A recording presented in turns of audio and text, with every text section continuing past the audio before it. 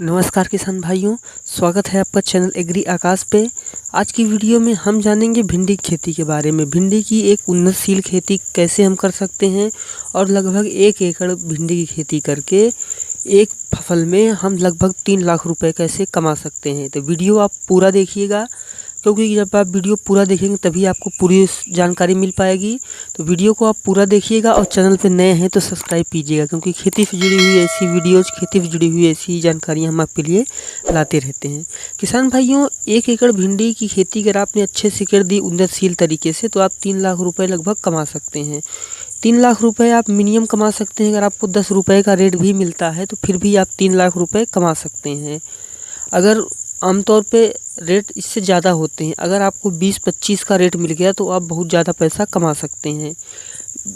भिंडी की खेती ज़्यादा पैसा कैसे दे सकती है, इस बारे में मैं आपको पूरी जानकारी दूंगा, तो वीडियो को लास्ट तक ज़रूर देखिएगा। भिंडी की फसल में आपको अच्छा उत्पादन लेने के लिए आपको अच्छी वैरायटी का चुनाव करना होगा, अच्छे से खेत की तैयारी करना होगा और अच्छे से उसकी बुआई करना होगा। बाद में उसमें खरपतवार अच्छे से निकालने होंगे, साथ ही उसमें अच्छे से दवाइयों का छिड़काव करना होगा। तो इस वीडियो में मैं आपको ये सारी जानकारी देने वाला हूँ, कैसे आप क्या कर सकते हैं। तो किसान भैया, सबसे पहले हम बात कर लेते हैं कि ऐसी कौन सी किस्में हैं जो हमें लगानी चाहिए जो अच्छा उत्पादन देती हैं, क्योंकि रेट आपके हाथ में नहीं है, वो कम ज़्यादा हो सकता है, लेकिन उत्पादन तो आपको बढ़ाना चाहिए। उत्पादन जब आपके पास होगा तभी आपको रेट का फ़ायदा मिल पाएगा। और अगर आपको, जैसे मैंने कहा कि अगर आपके पास 10 रुपये का रेट भी है और 10 रुपये से कम का रेट होता नहीं है, इससे कम नहीं बिकता। अगर 10 रुपये का आपको रेट मिल जाता है तो आप खूब अच्छे 3 लाख रुपए की कमाई कर पाएंगे। लेकिन उसके लिए आपको पहले अच्छी वैरायटियों का चुनाव भी करना होगा, जो कि मैं आपको बताने वाला हूँ। तो आप कॉपी पेन लेकर बैठ जाइए और अच्छे से इस चीज़ों को लिख लीजिए। और अगर एक बार में नहीं समझ में आ रहा तो आपको वीडियो को रिमाइंड करके देखिए और पूरी अच्छी तरीके से जानकारी लीजिए कि आप कैसे इसकी खेती कर सकते हैं और कौन कौन सी हमें इसमें किस्में चुननी चाहिए। तो किसान भाई, सबसे पहले हम बात करते हैं कि उन्नत इसमें किस्में कौन कौन सी हैं। तो सबसे पहली जो है ये है पूसा A4। पूसा A4 का चुनाव कर सकते हैं आप, यही बहुत अच्छी किस्म है। उसके बाद जो किस्म है वो है पंजाब 7। पंजाब 7 नाम से एक वैरायटी आती है, यही बहुत अच्छा उत्पादन देती है। आपको देखना है कि आपके लिए कौन सी बेस्ट रहती है। उसके बाद अर्का अभय नाम की एक आती है जो कि बहुत अच्छी वैरायटी है। साथ ही अनामिका आती है और वर्षा उपहार आती है, हिसार उन्नत आती है। तो इन तरह की वैरायटियां हैं जिनका कि आप चुनाव कर सकते हैं। जिस जो मैंने आपको वैरायटियां बताई हैं ये विश्वविद्यालय द्वारा बनाई गई हैं और इन पे लोग भरोसा करते हैं, क्योंकि ये अच्छा उत्पादन देते हैं। खास करके मैं अगर आपको अपनी भिंडी की बात करूं तो ये जो भिंडी की खेती मैंने की है, ये जो भिंडी है ये राधिका भिंडी है। राधिका भी एक अच्छी भिंडी की किस्म होती है। अगर आप चाहें तो ऐसी किस्मों का चुनाव कर सकते हैं किसान भाई। उसके बाद हम बात करते हैं कि इसके लिए मतलब तापमान कैसा होना चाहिए। तो किसान भाई, इसके लिए 27 से 30 डिग्री के टेम्परेचर में आप इसकी खेती कर सकते हैं।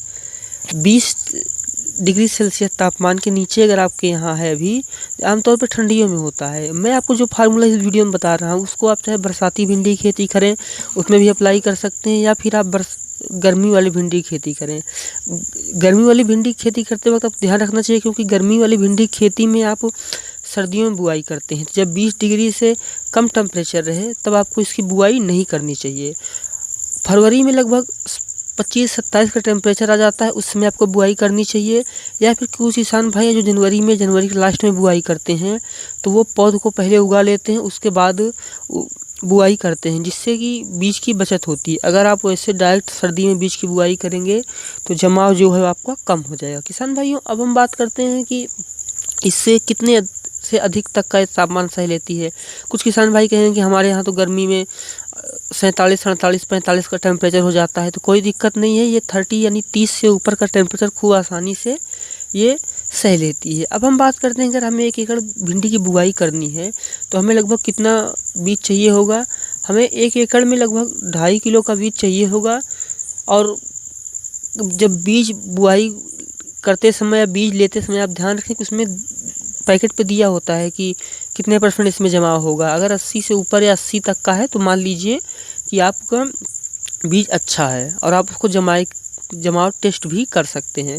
किसान भाइयों, अब हम बात कर लेते हैं कि इसमें हमें खाद क्या देना चाहिए और खेत की तैयारी कैसे करनी चाहिए। तो खेत की तैयारी के लिए आप 3 से 4 बार जुताई करके मिट्टी को भुरभुरी बना सकते हैं। और जब बीज की आप बुआई करें उससे पहले हम आपको बता देते हैं कि विधियाँ इसके लिए कौन कौन सी हैं।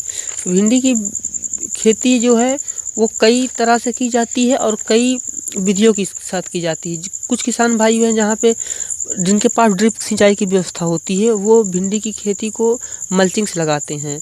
तो मल्चिंग भी एक अच्छा विकल्प है इसके लिए। और वैसे भी भिंडी के बोने के कई तरीके हैं, आप कौन से तरीके से करना चाहते हैं। सबसे पहली जो हम आपको बताएंगे जो विधि है, नाली विधि है। नाली विधि से करते हैं। तो नाली में अगर आप बुआई इसकी करने वाले हैं तो आप लगभग 2 से 3 इंच के डिस्टेंस पे बीज की बुआई करिए।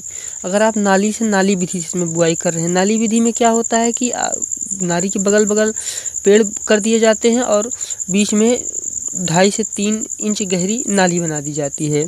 अब उसके बाद जो आती है इसमें कि नाली वाले में हमें बीज की गहराई किस गहराई में बोना चाहिए। तो इसमें आपको क्या है कि 2 इंच की गहराई में आपको बुआई करनी है और बीज से बीज की जो दूरी है आप 2 से 3 सेंटीमीटर रख सकते हैं। एक होती है पैरा विधि। पैरा विधि क्या होती है, जैसे किसान भाई आमतौर पर गेहूं को हाथ से छींट के बुआई करते हैं, वैसे इसको भी बुआई की जाती है, जिससे कि आमतौर पर अब बहुत कम की जाती है, जबकि पैरा विधि से भी इसकी बुआई होती है। उसके बाद किसान भाइयों, जैसे हमने आपको बताया मल्चिंग में आपको यही बताऊंगा, अगर आपके पास ड्रिप की सुविधा है फिर तभी आप मल्चिंग से इसकी बुआई करिए, वरना मत कीजिए, क्योंकि इससे लागत आपकी बढ़ जाएगी। जहाँ पानी की कमी होती है आमतौर पे वो मल्चिंग से उसमें करते हैं। और भिंडी में क्या क्या फ़ायदे होते हैं वो भी मैं आपको बता देते हैं। साथ ही साथ भिंडी में प्रोटीन, कार्बोहाइड्रेट, खनिज लवण जैसे कैल्शियम, फास्फोरस के अतिरिक्त एपीसी, थायमीन, रिबोफ्लेक्सिन भी पाया जाता है। अधिक उत्पादन तथा मौसम के अनुकूल बीजों का आप चुनाव करें और अच्छा उत्पादन लेने के लिए, जैसे कि हम आपको बता दें आपको खाद क्या लेना है।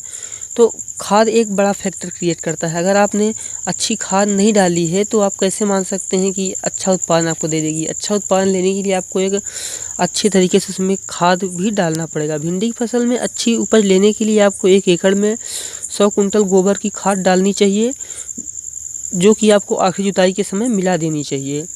किसान भाइयों, इसमें 40 किलो DAP और 30 किलो यूरिया और 30 किलो पोटास का प्रयोग करना चाहिए 1 एकड़ में। आपको फिर से बता देते हैं, जैसे हमने बताया कि 100 क्विंटल गोबर की खाद हमने आखिरी जुताई के समय मिला दी। उसके बाद 40 किलो इसमें 40 किलो DAP चाहिए और यूरिया 30 किलो चाहिए और पोटास 30 किलो। जो 30 किलो पोटास हमने आपको बताया है, ये भी आप आखिरी जुताई के समय पोटास को डाल दीजिए। उसके बाद आप तुरंत 20 किलो यूरिया, माफ़ कीजिएगा 15 किलो यूरिया और 20 किलो पोटास बुआई के समय हमें डाल देना चाहिए। बाकी का जो बचा हुआ 20 किलो DAP और 15 किलो यूरिया है, हमें उसे बाद में डाल देना चाहिए। किसान भाइयों, अब हम जैसे हमने आपको बताया कि आप ये खाद डाल सकते हैं। अगर आप ऑर्गेनिक विधि से करते हैं तो आप वीडियो के नीचे कमेंट कीजिए, हम आपके लिए ऑर्गेनिक विधि भी लेकर आएंगे। उसके बाद किसान भाइयों, बात आती है कि जब हमारी भिंडी जम जाती है, 15 से 20 दिन की हो जाती है, तो उस समय हमें क्या करना चाहिए। उस समय हमें उसकी निराई गुड़ाई करनी चाहिए और पहले निराई गुड़ाई हमें 15 से 20 दिन पे कर देनी चाहिए। उसके बाद फिर जब खरपतवार उगे तो आप उसकी जुताई, माफ़ कीजिएगा, उसकी निराई गुड़ाई कर सकते हैं।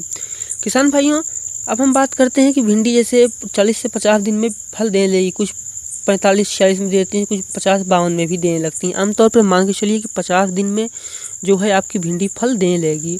भिंडी तोड़ने में क्या होता है, अगर आप खाली हाथ तोड़ते हैं तो आपके हाथ पे रेशे जो हैं वो चुभने लगते हैं। तो इसके लिए आप ग्लव्स आता है, ग्लव्स से जो हाथ पे लगाते हैं उस ग्लव्स से आप इसको लगा के इसकी तुड़ाई कर सकते हैं। किसान भाइयों, जैसे हमने आपको बताया कि आप अगर इस विधि से करेंगे तो आपकी भिंडी की फसल वाकई में बहुत अच्छी हो जाएगी। अब बात आती है कि इसमें कौन सी दवाइयों का छिड़काव करना चाहिए या इसमें और क्या करना चाहिए, तो वो हम आपको बताएं किसी एक और वीडियो में। और भिंडी के रोग का वीडियो अगर आप देखना चाहते हैं तो वो आपको आई बटन में मिल जाएगा, आप जाके वहाँ के देख सकते हैं।